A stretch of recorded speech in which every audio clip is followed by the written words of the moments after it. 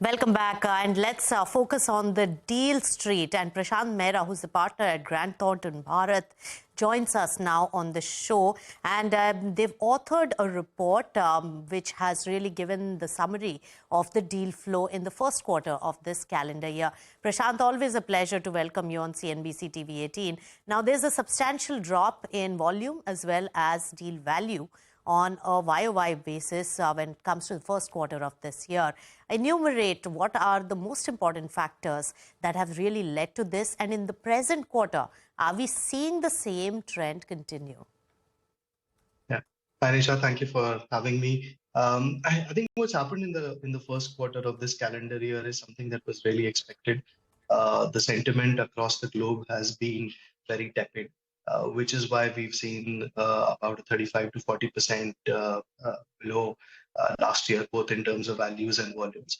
Of course, large deals happening in the first quarter of last year has made this percentage even higher. But yes, I think just focusing on volumes itself, it's about a 30-35% degrowth. Having said that, what's encouraging is that if we look at the spectrum of M&A as well as private equity, the deals are actually across sectors. I mean, private equity, of course, has always been focusing on the technology sector as such, but it's good to see some industrial and pharma and real estate deals there as well. But moving on to the M&A side, there's no one sector that is coming across as favorite or a heavy sector. The deals are across, which demonstrates the fact that the market's still interested in making the transactions, but the sentiment is weak, so it's a bit wait and watch. Having said that, I think things are turning around. The signs in late March, early April of pre-deal activity is there. And hopefully in the next couple of months, I think the tide will turn. Right. So the hope is that the tide will turn. But how is the private equity really poised? It has really shown a very, low amount of investments in the quarter gone by. And of course, private equity has been waiting for some bit of clarity and certainty on valuations.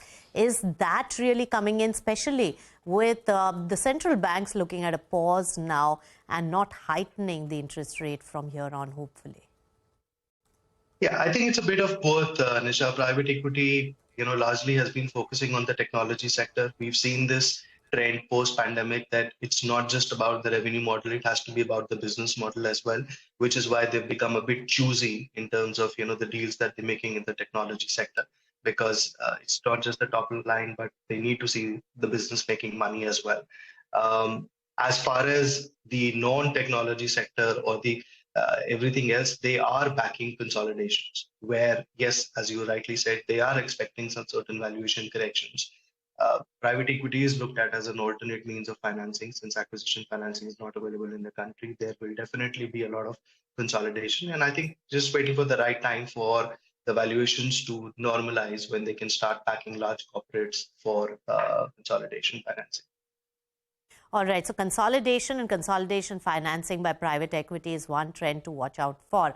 Another important aspect from the startup world, Prashant, is the IPO. We have seen several of the companies trying to make an attempt back into the IPO market, and that list has also shrunken over the last few weeks as valuation reality check really kicked in.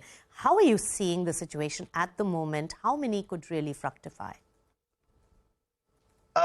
The quarter has been kind of tepid. We've just seen, 4 or 5 IPOs really.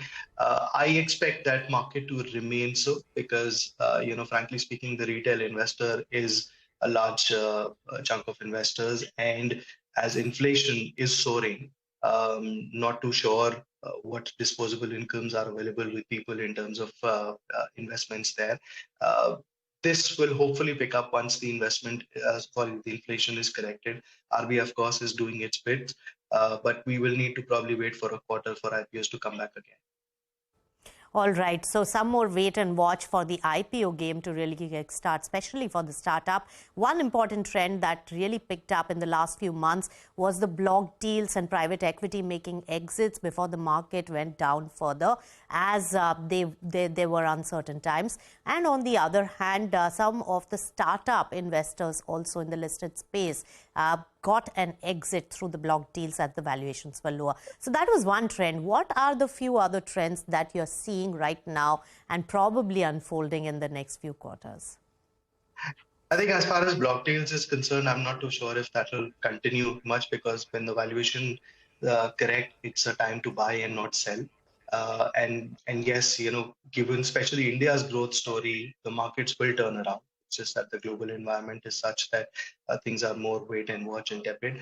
But once the markets turn around in about a quarter or so, IPOs will be back, and it'll all be about putting in more money than trying to monetize on what investments people have. So yes, in a month or so like that, and then we will see a lot of action starting in June. And in July onwards, I'm sure we'll see a lot more growth than even what we saw last year. Prashant, while most of the uncertainties remain at this point, and we still have to watch out, yes, on inflation front, on interest rate front, we have had some good news. But what are those factors which are giving you the confidence that from June, July onwards, things are going to be much better? I think firstly, of course, it's inflation correction. But more importantly, the macroeconomic factors in India still hold good. Even if you look at the stock markets, yes, there are fluctuations because of global events, but nothing really from an India standpoint as such. The purchasing power parity is increasing. There is increased demand. There is investments happening in the evergreen sectors. All that will create employment. That will create investment avenues. Sure. And I think it's just a matter of time that when the global large investors also start realizing that India is the market to really put in their money. And once we see money coming in, it will start that domino effect of transactions going across sectors. All right. So a lot of wait and watch right now, but tide is expected to turn very soon, very quickly. Any specific sectors where M&A you see picking up? Industrial sector is something, and mainly driven by consolidation, is somewhere where we see a lot of activity coming up in the next quarter. All right, Prashant, always a pleasure speaking to you. So a lot of optimism when it comes to the deal street and the tide really turning and investments coming in. Consolidation also is something that could be watched out for. With that, it's a wrap on this segment on Deal Tracker. We'll come back for more news and updates on the other side.